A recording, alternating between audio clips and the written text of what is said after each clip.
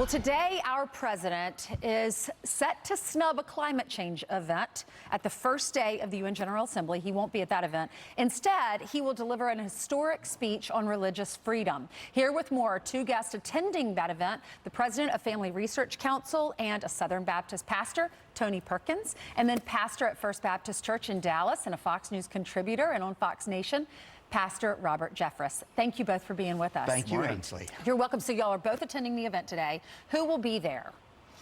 Well, the president, obviously, Right. the vice president, and then a number of international leaders. This is the president kind of putting down a marker after two ministerials, which Mike Pompeo held, where international leaders came to talk about advancing religious freedom.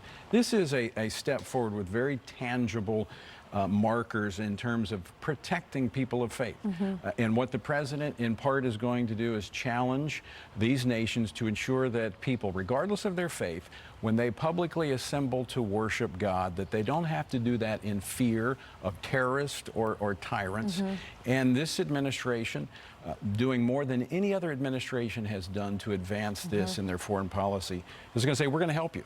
We're going to help you secure these houses of worship. Okay, Pastor Jeffress, I know that the vice president's going to lead into the president's speech, which is very appropriate because we know how important his faith is to him. When you think about, like yesterday, people were going to church and they do think in their minds, or at least in some of the larger cities, the increase in terrorism. And you do think about that when you walk into church.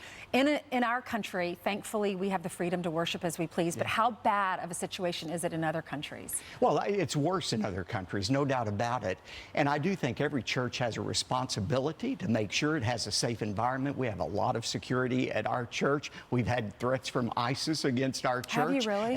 And we protect ourselves, and law enforcement helps us. But Ainsley, we've got to understand how remarkable what's happening today is. This is the first time any leader of a nation has addressed the UN on religious persecution. A third of the world is living under religious persecution. 80% of it is against Christians. And it is a remarkable thing that this president would skip a UN climate change summit on an imaginary problem to address the very real problem of global persecution of believers. I mean, think about it. What president in history would have the guts to do what President Trump is doing? And it's this kind of leadership that is absolutely infuriating the president's enemies, but it's also energizing his base, especially his religious base of voters. We just put up some of the statistics. It's frightening when you think about people being persecuted for their faith because they choose to worship a certain way. How bad of a problem is this, though? We were talking about some of the statistics during the commercial break.